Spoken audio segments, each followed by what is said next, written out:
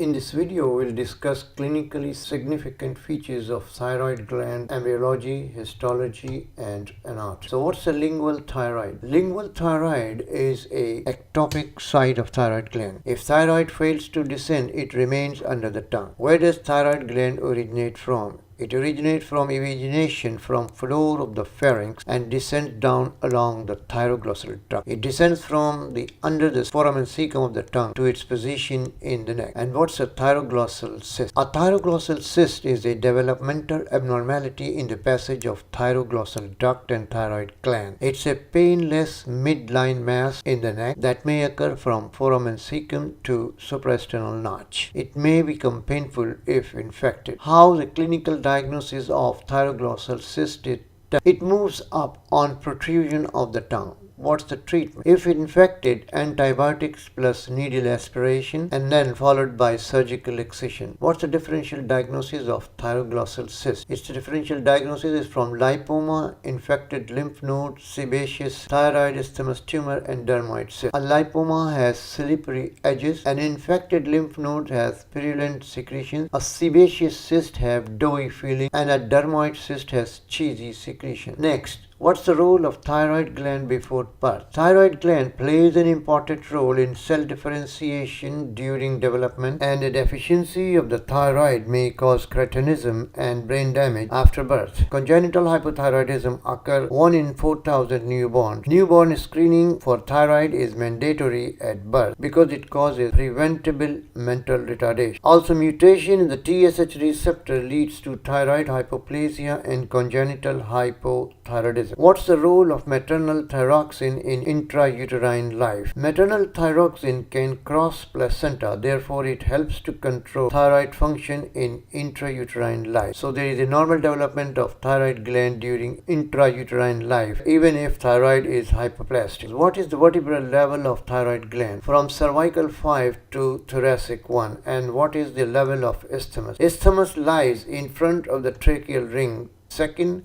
third, and fourth tracheal ring. What are the types of cells in the thyroid gland? The two types of cells in the thyroid glands are follicular cells and medullary C type of cells. The follicular cells produce thyroxine. What's the morphology of follicular cells? The morphology of follicular cells depend on the state of the thyroid gland. When the gland is active, follicles are small and the cells are cuboidal or columnar, and they contain less thyroglobulin in there. Whereas when the gland is inactive, the cell may be flat, colloid is abundant, and follicles are large. What's the difference between a follicle and a follicular cell? Follicular cell is the type of cell in thyroid gland as we just discussed. A follicle is a spherical structure that has a single layer of follicular cells with a lumen in the center that contains thyroglobulin, precursor of thyroid. So what are the functions of the folliculars? Number 1, they trap and transport iodine. Number 2, they synthesize thyroglobulin. Number 3, remove thyroid hormone from thyroglobulin. We'll discuss it later. Secrete them into the circulation and control energy metabolism throughout the life. Second type of cells in the thyroid glands are the medullary C types of cells. So where are they? Medullary cells are interspersed throughout the thyroid substance between the follicles. Where do they arise from?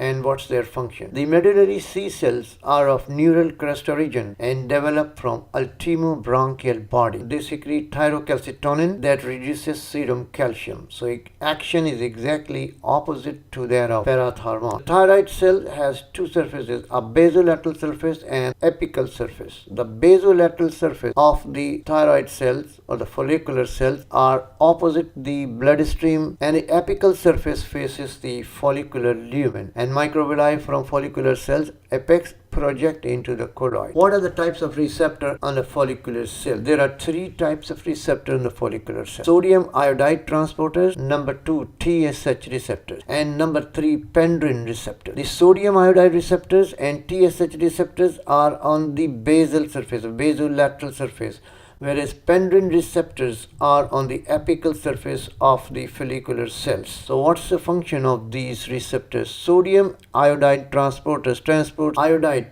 from the bloodstream into the follicular cells. And TSH receptor, where TSH comes on, that activates the sodium potassium transporters so that iodide moves into the follicular cells from the capillaries against a concentration gradient. And from there, the iodide moves to the apical surface where there is pendrin receptors. These pendrin receptor causes efflux of the or push the iodide into the lumen for thyroxine formation. So iodide transporter at the apical surface mediate iodine efflux into the lumen. And these two receptors, the active transport of iodide is stimulated by TSH and sodium potassium ATPase, and this is inhibited by uBAN. Thyroid gland is the largest endocrine gland, endodermal in origin, and has the highest blood supply per gram of tissue and any organ in the body. What's the blood supply? A superior thyroid, a branch of external carotid, inferior thyroid, a branch of thyrocervical trunk. Also, it has another artery in 3 to 5% of patients, thyroidema artery, which arises from aortic arch, but may also arise from thyrocervical trunk and brachiocephalic artery. What are the